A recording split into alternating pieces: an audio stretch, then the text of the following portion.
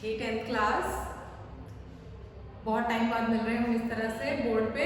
तो चैप्टर 4 तक हमने कर लिया था, मैंने आपको वीडियोस के साथ नोट्स के साथ डन करा दिया था। अब बारी आती है चैप्टर 5 की।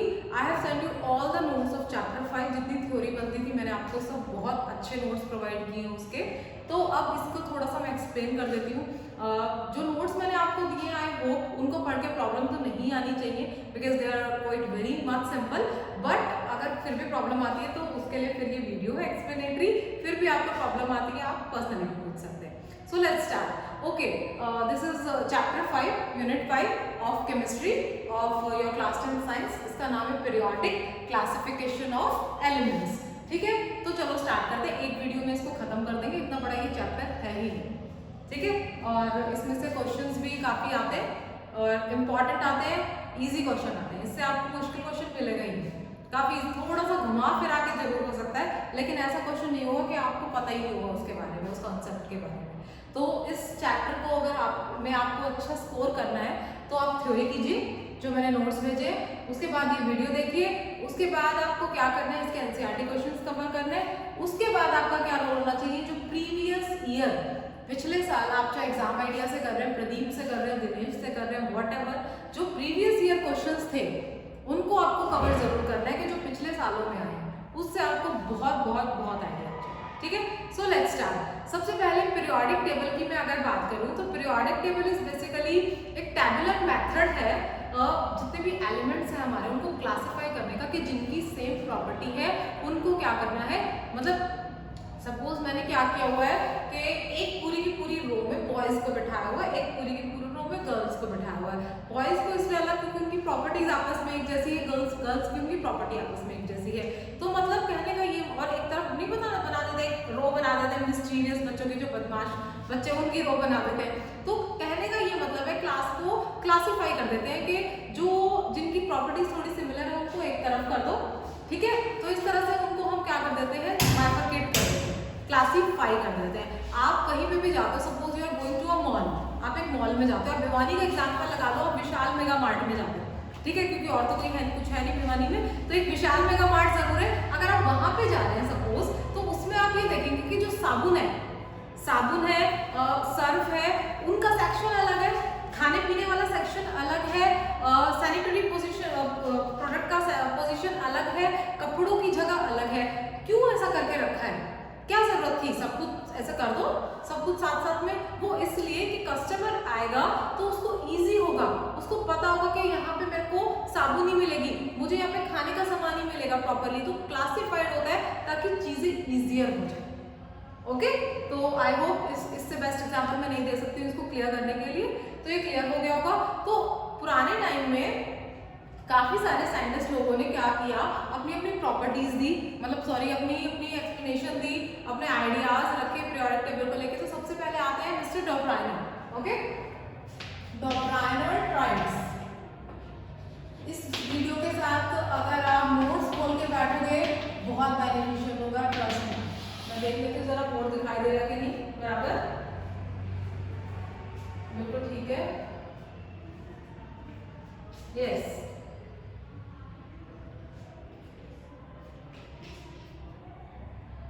डॉब्राइनर ट्राइब्स, तो डॉब्राइनर ट्राइब्स में उसने क्या किया, डॉब्राइनर ने क्या देखा कि उसने तीन एलिमेंट्स ले लिए, 3 एलिमेंट ले लिए बढ़ते हुए एटॉमिक मास के क्रम में। 3 एलिमेंट्स को लिया, ये देखा जो बीच वाला एलिमेंट था पहले और दूसरे वाले का, उनका सम का एवरेज था। मैं एग्जांपल ले लेती हूँ, यहाँ पे सपोज आया है लिथियम, सोडियम, और मैं यहाँ पे ले लेती हूँ आपके लिए पोटेशियम। लेना है इस तरह से, अभी मैं इस तरह से आपको लिख के दिखाऊंगी जस्ट। इसको मैं सॉरी, इसका 23 होता है और लिथियम का आपका कितना हो जाएगा, 7 हो जाएगा। अब आप क्या करेंगे, 39 प्लस 7/2 करो, हमारे पास लगभग कितना आता है, 23। क्या आप देख रहे हैं, इन दोनों का मैंने एवरेज लिया तो कितना आ गया, बीच वाले का आ गया एटॉमिक मास। सी, उसने बहुत बढ़िया चीज देखी है, काफी यूनिक थी, इसको कोई और नहीं देख पाया था। था, तो डॉब्राइनर को इसके लिए बहुत सक्सेस भी मिली, बिकॉज इट इज कोई वेरी डिफरेंट थिंग। और भी आप लगा लो, क्लोरीन, ब्रोमीन, आयोडीन के लिए लगा लो, मैंने नोट्स में दिया हुआ है, डोंट वरी, परेशान होने की जरूरत ही नहीं है। मैं यहाँ पे ले लूँ आयोडीन का हम लगा लेते 127 होता है, ये आपका काम है इन दोनों को ऐड करके डिवाइड करना, कुछ लगभग 80-81 समथिंग आएगा, ठीक है, 80-81 समथिंग आएगा, रफली the average of the middle one.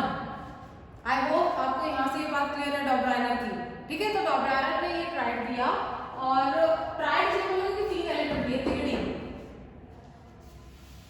अब बारी आती है, क्या गड़बड़ रह गई कि डॉब्राइनर को फेल कर दिया। ऐसी क्या गड़बड़ रह गई डॉब्राइनर में कि इसको क्या कर दिया गया, फेल कर दिया गया। अब इसमें मतलब एलिमेंट्स जो उसने लिए 3 ट्राइड में ले सकता था, क्योंकि ट्राइड की बात की थी, बाकी के एलिमेंट का क्या करेंगे, और जो सबके सबको वो ट्राइड में सेट नहीं कर पाया। एलिमेंट्स तो बहुत सारे थे, तो ऐसा वो नहीं कर पाया कि सबके सबको वो ट्राइड में सेट कर दे, वो कुछ के लिए ही वैलिड था। तो यहाँ पे डॉब्राइनर क्या हो गया, फेल हो गया, उसकी लिमिटेशन आ गई। लिमिटेशन क्या कि भाई only 3 triads were recognized from the elements of at that time, खाली 3 ही मतलब एलिमेंट्स आ पा रहे थे इस चीज में, और सारे के सारे एलिमेंट्स आ भी नहीं पा रहे थे। तो ये यहाँ पे क्या होगी, डॉब्राइनर की लिमिटेशन होगी। आई होप आपको क्लियर हो गया होगा। उसके बाद आता है न्यूलैंड्स लॉ ऑफ ऑक्टेव्स, ये तो सबसे आसान है, Newlands law of octaves. Oct का मतलब आपको पता ही होगा 8, ठीक है, 8 के लिए यूज करते हैं ऑक्ट हम। तो मिस्टर न्यूलैंड्स ने क्या बोला, उन्होंने ये बोला एलिमेंट्स को बढ़ते हुए एटॉमिक मास में जचाना, ऊपर से लेके नीचे तक जितने भी एलिमेंट्स हैं हमारे, उनको क्या करना है, बढ़ते हुए एटॉमिक मास में उनको सेट करना है। उसके बाद उसने देखा जो पहला एलिमेंट था और जो 8वां एलिमेंट था, जो first element and 8th element, उनकी प्रॉपर्टी आपस में सिमिलर थी। क्या देखा उन्होंने, उसकी प्रॉपर्टी आपस में क्या थी, सिमिलर थी। अब जैसे आप म्यूजिक का आप सुनते हो, सारे गाना,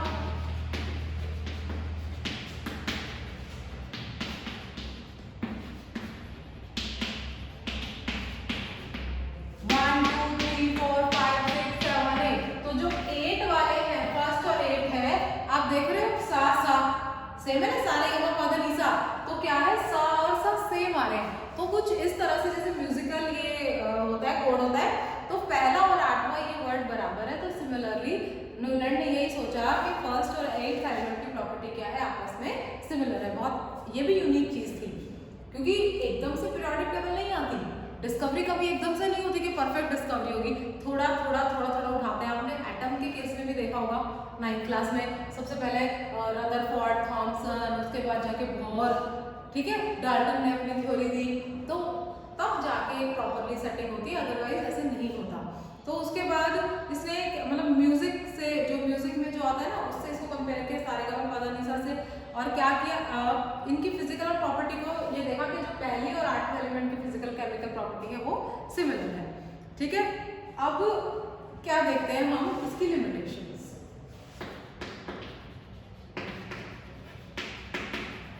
इसकी हम क्या देखेंगे, लिमिटेशंस देखेंगे, क्या कमियां रह गई न्यूलैंड के पास। न्यूलैंड के पास सबसे पहले तो ये कमी रह गई कि मतलब सिर्फ कैल्शियम तक वैलिड था, ये पढ़ना सिर्फ कैल्शियम तक वैलिड था। कैल्शियम क्या कि फेल हो रहा था।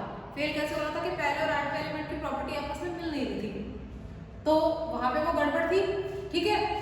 ऐसे तो नहीं कर सकते ना, बाकी भी तो एलिमेंट्स है, अगर हम ऐसे बोलेंगे कैल्शियम तक ही कर सकते हैं, उसके बाद आगे हम कुछ नहीं कर सकते, देन व्हाट इज द मतलब पॉइंट ही क्या है फिर।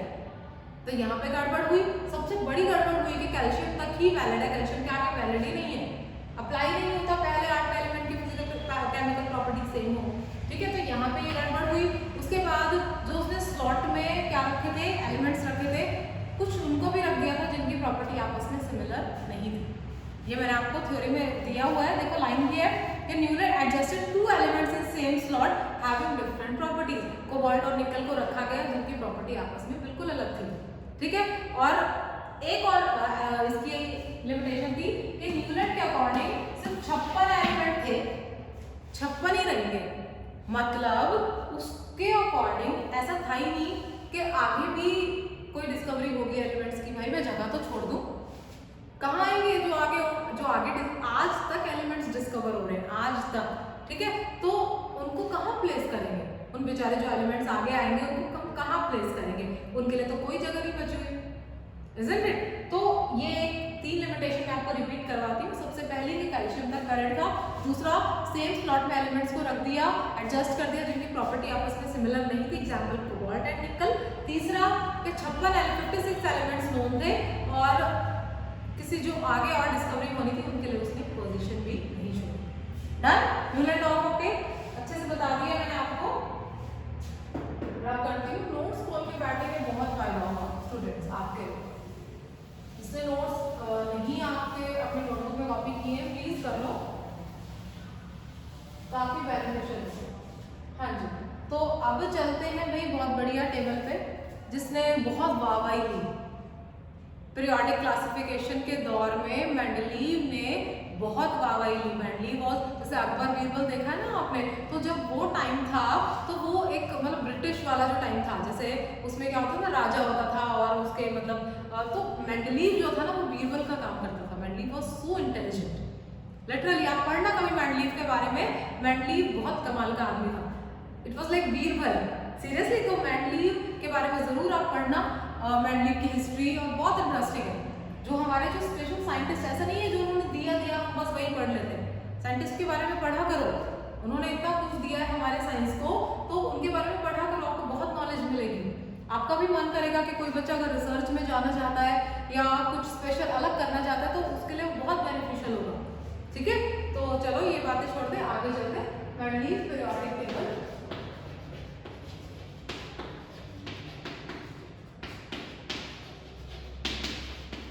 मेंडलीव बहुत कमाल के आदमी थे, बहुत कमाल के। उन्होंने जो चीजें सोची, incredible, these were incredible seriously.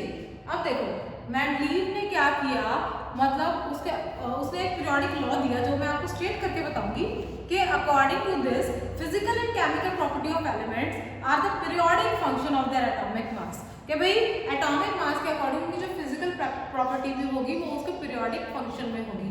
छोटी सी लाइन में लर्न जरूर करना, एक नंबर में मेंडलीव पीरियोडिक लॉ या पीरियोडिक लॉ आ जाता है, ठीक है, बहुत इंपॉर्टेंट है।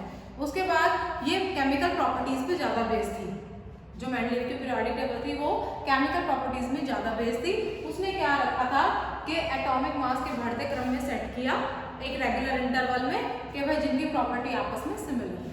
सबसे उसने ही रेवोल्यूशन लाया था कि ऐसे सेट करता हूँ कि मतलब क्लासिफाई हो जाए, इस टेबल में मैं रखूं, इस वाले वर्टिकल कॉलम में रखूं तो वही एलिमेंट रखूं जिनकी प्रॉपर्टी आपस में मिलती है। जैसे एक शॉपिंग मॉल में क्लासिफिकेशन है, आपको परेशान नहीं होना पड़ता, आपको एक पर्टिकुलर सेक्शन में चीजें मिल जाती हैं, दुखी भी नहीं होना पड़ता, आपको पता होता है, ठीक है। तो वो बहुत बेनिफिशियल चीज होती है। मेंडलीव ने वही किया, उसको एडजस्टमेंट की कि भाई एक पर्टिकुलर कॉलम में रखे। उसके बाद सबसे जो फायदा था मेंडलीव का वो ये था कि उसने वैकेंट स्पेस को छोड़ा, वैकेंट स्पेसेस छोड़े। वैकेंट स्पेसेस इसलिए छोड़े, उसको पता था भाई मेरे भी जाने के बाद कोई ना कोई जरूर आएगा, ठीक है। जैसे डॉबरारा के बाद न्यूलैंड आया, न्यूलैंड के बाद मेंडलीव आए, तो उनको पता था कि भाई कोई ना कोई जरूर आएगा और एलिमेंट्स की डिस्कवरी कॉन्टिन्यूसली चलती रहेगी। उन्होंने वैकेंट स्पेस छोड़ा अपनी टेबल में, इट वाज सो गुड कि अपनी टेबल में उन्होंने वैकेंट स्पेस को छोड़ा कि अगर कल को कोई एलिमेंट आए तो वो यहाँ पे सेट हो जाए, isn't it? बहुत इंटरेस्टिंग बात थी ये। उसके बाद मतलब और उन्होंने नाम रखा, इस तरह से कुछ आइडिया रखा पहले एलिमेंट का, इक्का बोरोन, इक्का एल्यूमिनियम, इक्का सिलिकॉन, जहाँ से वो स्टार्ट थे उस तरह से इक्का भी उनको नाम दिया। और उसके टाइम में 63 एलिमेंट्स नोन थे, 63 एलिमेंट्स नोन, पूछ सकते हैं आपसे एक नंबर में 63 एलिमेंट्स नोन थे। फिर भी उन्होंने वैकेंट स्पेस छोड़े कि आगे बहुत सारे एलिमेंट्स और भी आ सकते हैं। उसके बाद नोबल गैसेस के लिए भी उन्होंने जगह छोड़ी कि अकोमोडेट हो सकती है नोबल गैसेस, वो गैसेस जो आपस मतलब किसी से रिएक्ट नहीं करती, इनर्ट होती है, उनके लिए अकोमोडेशन के लिए वहाँ पे मैंडली पीरियोडिक टेबल में जगह रखी ताकि कल को वो अगर सेट होती है तो पूरी पीरियोडिक टेबल को डिस्टर्ब ना करें, उनको एक तरफ सेट कर दें। ठीक है, तो ये बात बहुत इम्पॉर्टेंट थी। और उस उनके टाइम पे क्या था, 6 तो पीरियड थे,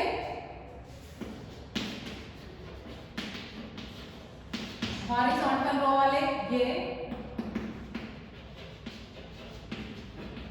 ठीक है, 6 उनके पास पीरियड थे और 8 ग्रुप थे एट दैट टाइम।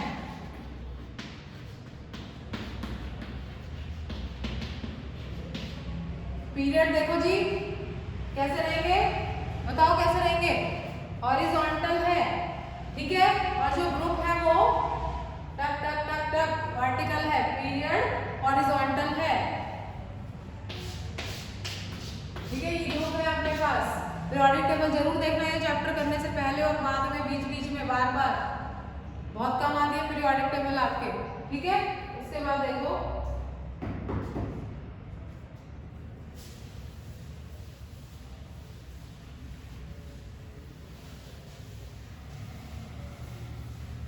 कमियां मैंडली में भी थी, लिमिटेशंस मैंडली में भी थी,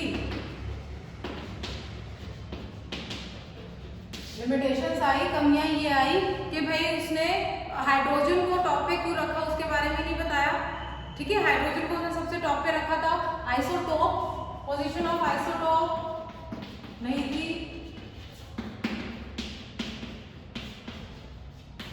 आइसोटोप्स वाली पोजीशन नहीं थी, और कुछ ऐसा भी देखा गया मैंडलीव के पीरियोडिक टेबल में कि जिनका लो एटॉमिक मास था वो ऊपर थे, और सॉरी लो एटॉमिक मास था वो नीचे थे, हाई एटॉमिक मास वाले ऊपर थे। कुछ ऐसी गड़बड़ हुई थी, निकल और कोबाल्ट में ही हुई थी, निकल और कोबाल्ट में ही हुई थी, तो वहां पे कुछ गड़बड़ होने की वजह से यहाँ पे इसकी कुछ कमियां आ गई थी, ठीक है। ये 3 पॉइंट मैंने आपको बताया, इनको लर्न करना बहुत जरूरी है।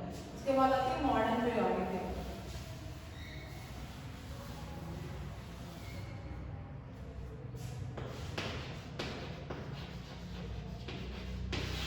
मॉडर्न पीरियोडिक टेबल,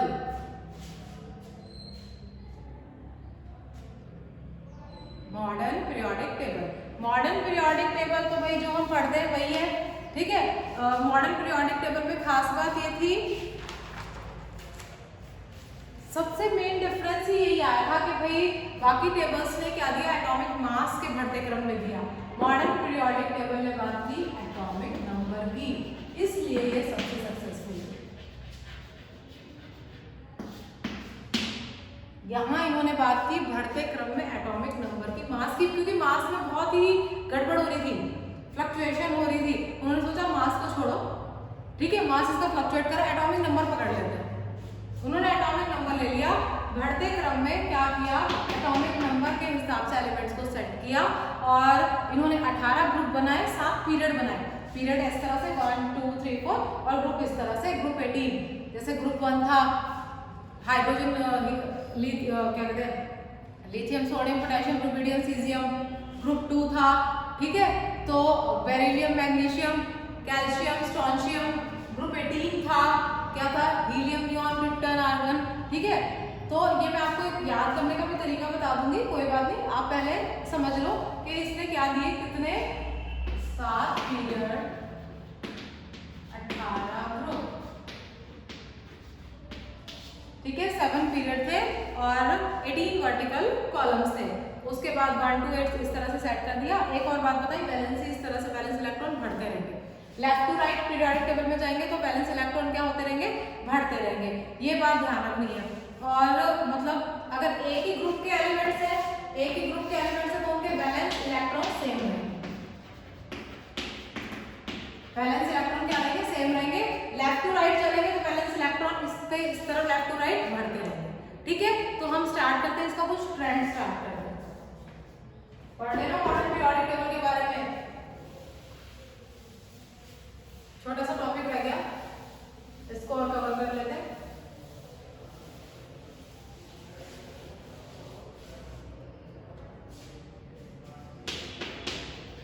कुछ ट्रेंड्स हैं, ठीक है,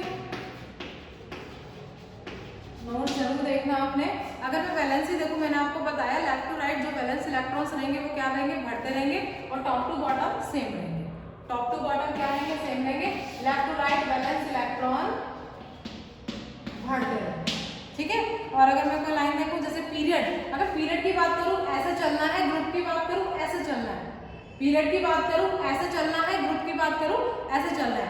कह रहा है कि पीरियड में वैलेंसी पहले तो 1 से 4 तक इंक्रीज होती है और फिर 0 तक डिक्रीज भी हो जाती है, 0 तक आगे वो डिक्रीज भी हो जाती है, ठीक है। और ग्रुप में क्या होता है, top to bottom valency same रहती है क्योंकि वैलेंस इलेक्ट्रॉन सेम रहता है।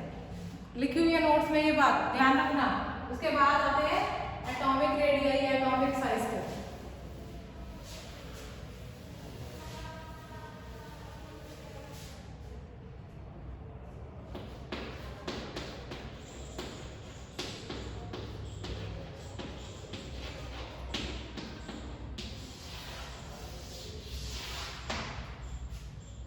एक तो अपने को चलना है लेफ्ट टू राइट, जैसे मैं ले लिया lithium, sodium, potassium, rubidium, caesium, एक हो गया टॉप टू बॉटम। अब देखना ऊपर से नीचे की तरफ जाते हैं तो इलेक्ट्रॉन मतलब शेल भर जाती है कि एलिमेंट शेल की थी ना 9th क्लास में, तो ऊपर की तरफ जाते नीचे की तरफ जाते हैं तो शेल भर जाती है। अब आप इलेक्ट्रॉन देखो, एक बार इसमें आया है, एक बार देख लो बोर्ड दिखाई दे रहा है कि नहीं, देख रहा है। फिर इलेक्ट्रॉन आया, उसको वैलेंस इसमें आया, इसमें आया। अब आप जगह देखो, नीचे की तरफ जा रहे तो एक्सपैंड हो रही है कि नहीं हो रही, क्यों हो रही है, क्योंकि क्या हो रहा है, नीचे की तरफ शेल बढ़ रहा है, नंबर ऑफ इलेक्ट्रॉन अगली शेल में आ रहा है, एरिया एक्सपैंड हो रहा है, तो साइज क्या होगा, टॉप टू बॉटम बढ़ेगा, top to bottom size increases. लेकिन लेफ्ट टू राइट क्या होता है कि एक में ही इलेक्ट्रॉन आते जाते हैं तो साइज क्या होता है, घट जाता है, size decreases because nuclear charge increases.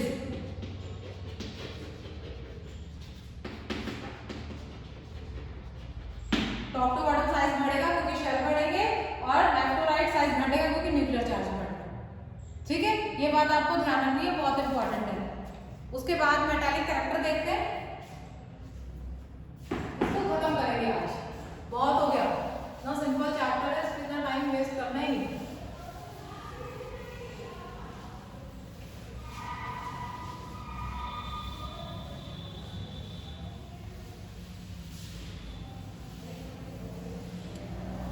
इस पे इतना टाइम लगाना ही नहीं था। अब मेटालिक कैरेक्टर,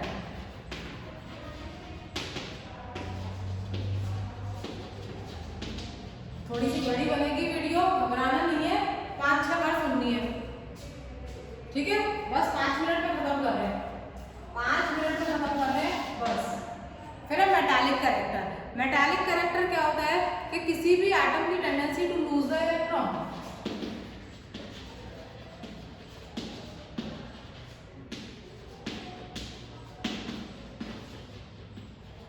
और इलेक्ट्रो देखो इसका मतलब था इलेक्ट्रो पॉजिटिव कैरेक्टर।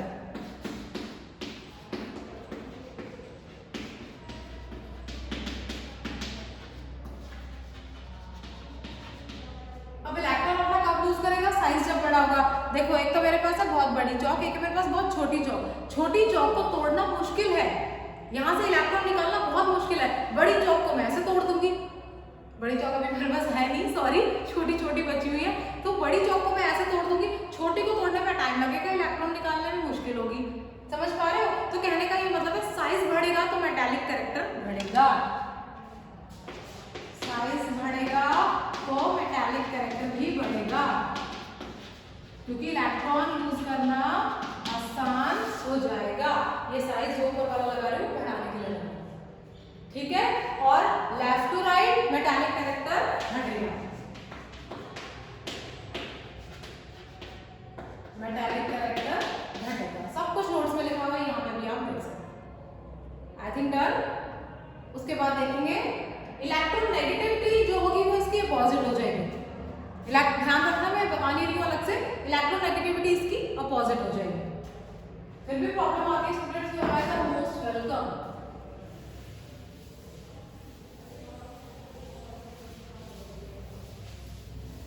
अब एक बड़ा ही बेसिक सा कॉन्सेप्ट है chemical reactivity.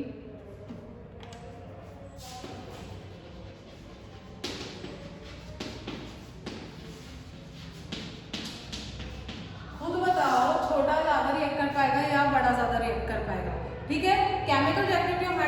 Increases down the group, नीचे की तरफ बढ़ेगी, लेफ्ट टू राइट की तरफ घटेगी। भाई साइज वाला फैक्टर लगा सकते हो, कोई भी लगा सकते हो, ठीक है। अगर मैं लगाऊंगी हिसाब तो जैसे लिथियम के बाद sodium, potassium, sodium, caesium, reactivity उसकी सबसे ज्यादा होगी, लिथियम की सबसे कम होगी, सबसे छोटा साइज है, ठीक है। अपना इलेक्ट्रॉन इतनी जल्दी दे नहीं सकता, सबसे रिएक्टिव नहीं करता।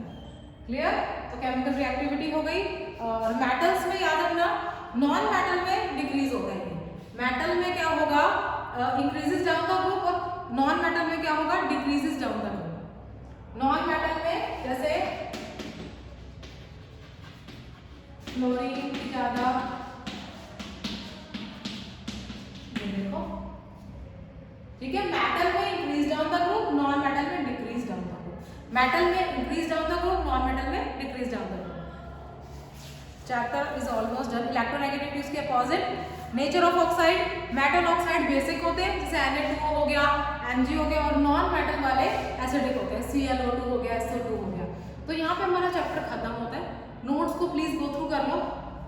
थ्योरी बता दी है, Dobereiner, Newland, Mendeleev, modern periodic table, trend बता दी है आपको। यहाँ तक प्लीज आप डन कर लीजिए, आपका चैप्टर खत्म हो जाएगा। फिर उसके बाद कुछ क्वेश्चंस करेंगे। Till then students take care, bye bye.